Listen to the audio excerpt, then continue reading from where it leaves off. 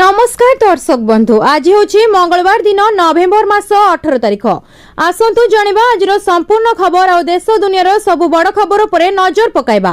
प्रतिदिन एमिति news video सर्वप्रथम देखिबा पई आम चैनल टी को सब्सक्राइब करि नियंतु।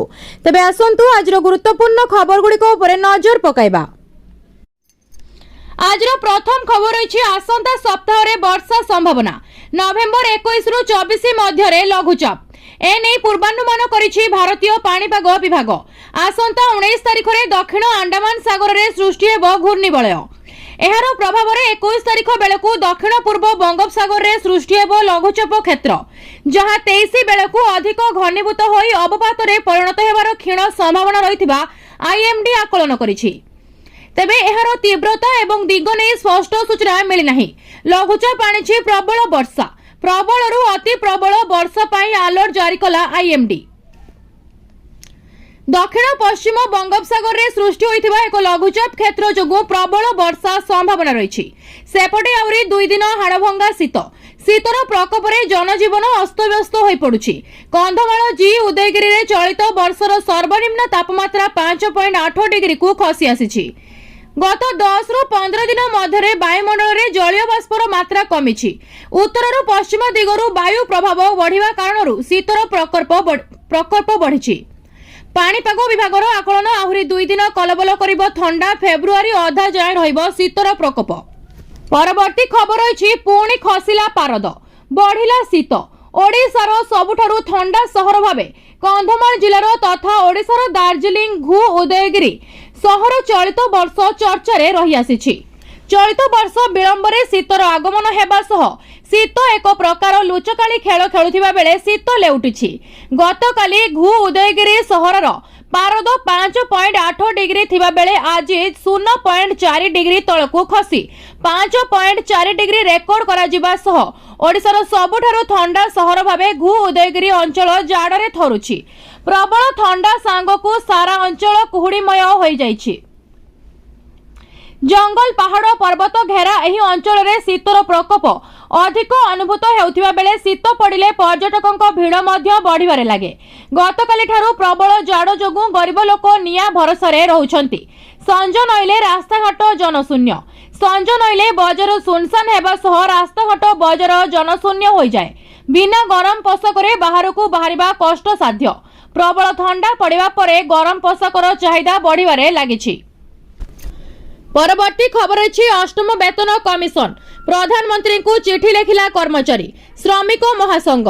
अष्टम केंद्रीय वेतन कमिशन कार्यावलीर शर्तावली रे गुरुत्वपूर्ण संशोधन आनिबाकू दाबी करी केंद्र सरकारी कर्मचारी और श्रमिक महासंघ सोमवार प्रधानमंत्री नरेंद्र मोदी को एक चिठी लिखिछि।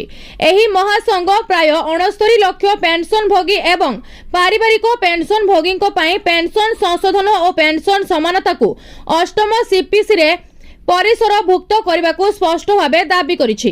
अर्थ मंत्रालय द्वारा अष्टम सीपीसी गठन को स्वागत करी महासंघ दर्शाइछि जे नूतन टीओआर रे पूर्वरु अवसर नैथिबा कर्मचारी पेंशन संशोधन पई कोनोसी स्पष्ट मैंडेट नाही। एही प्रसंग रे सप्तम वेतन कमिशन टीओआर रे पेंशन संरचना एवं अन्यान्य अवसरकालीन सुविधा गुड़िकर समीक्षा पई स्पष्ट उल्लेख थिला, जहां अष्टम सीपीसी रे बाद दिया जाइछि। महासंघ एहा मध्य दाबी करिछि जे पूर्व वेतन कमिशन मानक द्वारा अनुसृत 10 वर्षीय चक्र को दृष्टि रे रखी अष्टम सीपीसी को जनवरी 1 2026 रु लागू करा जाऊ, किंतु टीओआर रे कार्यकारिता तारीख निर्दिष्ट करा जाय नाही। परवर्ती खबर अछि सस्ता हेबो कि गैस सिलिंडर। अमेरिका सह ऐतिहासिक एलपीजी डील कला भारत। अमेरिका सह भारत एक ऐतिहासिक एलपीजी डील करिछि। एहा फल रे एलपीजी सप्लाई रे कोनोसी समस्या देखा देबो नाही। एही डील को नै बहु दिन धरि चर्चा चाली आसुथिला। अमेरिका सह एक बड़ एनर्जी डील उपरे प्रस्तुति चलिथिबा नै भारत पक्षरु खुआ जाउथिला। केंद्रीय पेट्रोलियम और प्राकृतिक गैस मंत्री हरदीप सिंह पुरी घोषणा करिसंते जे भारतीय पब्लिक सेक्टर रो तैल कंपनी माने प्रथम थर संयुक्त राज्य अमेरिका रु एलपीजी आमदानी करबा पई एक वर्षर बुझामणा करिसंती। मंत्री श्री पुरी एक सोशल मीडिया पोस्ट जरिया रे एही डील बाबद रे सूचना दैछंती। से कहिसंती एही डील देशर एलपीजी बजार पई एक ऐतिहासिक पदक्षेप।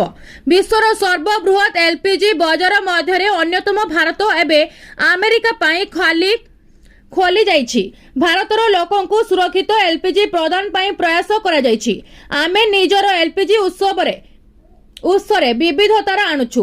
एक महत्वपूर्ण घटनाक्रमे भारतर सरकारी तैल कंपनी माने पाखापाखि 2.2 मेट्रिक टन प्रति वर्ष एलपीजी आमदानी करबा पई एक वर्षर बुझामणा सफलतापूर्वक पूरा करिसंती। परवर्ती खबर अछि बाहागर सीजन आरंभ। सस्ता हेला सुना एबे न किनिले आगोकू मारी पारिबेनी हाथ। सप्ताहर प्रथम दिन सोमवार सुना मूल्य ह्रास पाइछि। राजधानी दिल्ली रे 24 कैरेट सुनार मूल्य प्रति 10 ग्राम 1,25,220 को ह्रास पाइछि।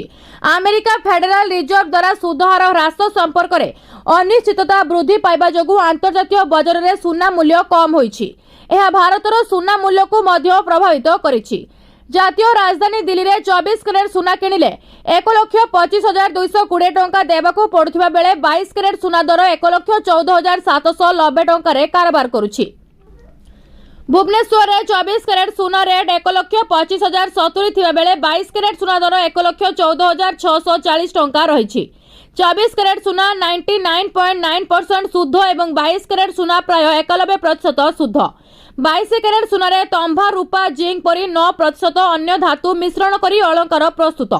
24 कैरेट सुना रे अलंकार रे तयारी करा जाई परिबो नाही। सेथि पई अधिकांश दोकानी माने 22 कैरेट सुना बिक्री करंती। परवर्ती खबर अछि डिसेंबर 1, 2025 एसबीआई रो बंद हेबो एही सेवा।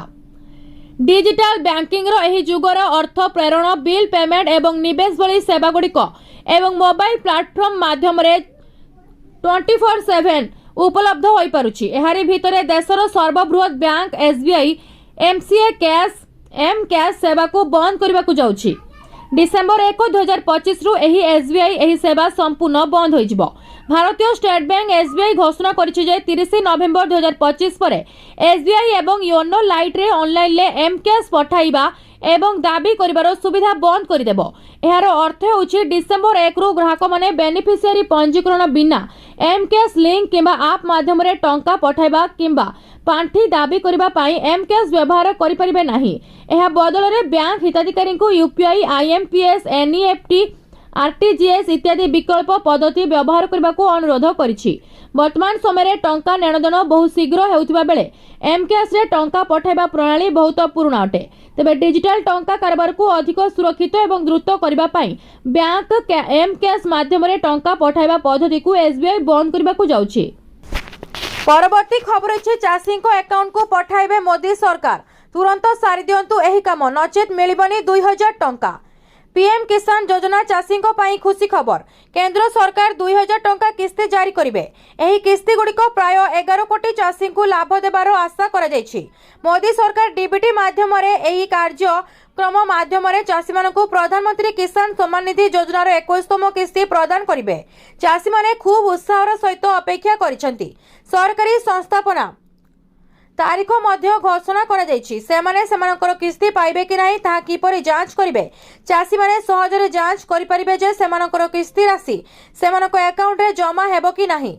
एथि पई चाषी मानकु प्रथमे सरकारी वेबसाइट परिदर्शन करबाकू पड़िबो। एहा परे सेमाने बेनिफिशियरी लिस्ट विकल्प चयन करि परिबे। तापरे सेमानकु राज्य जिला ब्लॉक एवं ग्राम चयन करबाकू पड़िबो। तापरे आपनकु गेट रिपोर्ट उपरे क्लिक करबाकू पड़िबो। परवर्ती खबर होइछि बड़ खुशी खबर। ओडिशार महिला मानक पई सुभद्रा योजनार चतुर्थ किस्ती आसीबाकू जाउछि। एथिरे प्रत्येक हिताधिकारी को 15,000 टंका दिया जिवो। अधिकारी माने कहिसंते जे एही किस्ती डीबीटी माध्यम रे हिताधिकारी को बैंक खाता रे जाई पहुंचिबो। जेउ मानकर आधार और बैंक खाता सठिक भाबरे लिंक होइछि सेमाने एही टंका निश्चित भाबरे पाई परिबे। महिला माने कहउछंती एही टंका तांको पारिवारिक खर्च शिशु मानक पढ़ाशुना और घरोई अत्यावश्यक पूरण रे बहुत सहायक हेउछि। सरकार मध्य लक्ष्य रखिछंती जे महिला को सशक्तिकरण और आर्थिक स्थिति को सुदृढ़ करबा पई सुभद्रा योजनार एही परिचालन को आगो को अना जाउछि। जो माने निज किस्ती टंका आसीबो कि नाही चेक करबा को चाहंती से माने निकटस्थ ब्लॉक केंद्र बा सीएससी माध्यम रे सहजरे तथ्य जानि परिबे। तबे आपण माने एबे जाय प्रथम द्वितीय तृतीय केतोडी किस्ती टंका पाइछंती ता हमको कमेंट करी निश्चय जणांतु।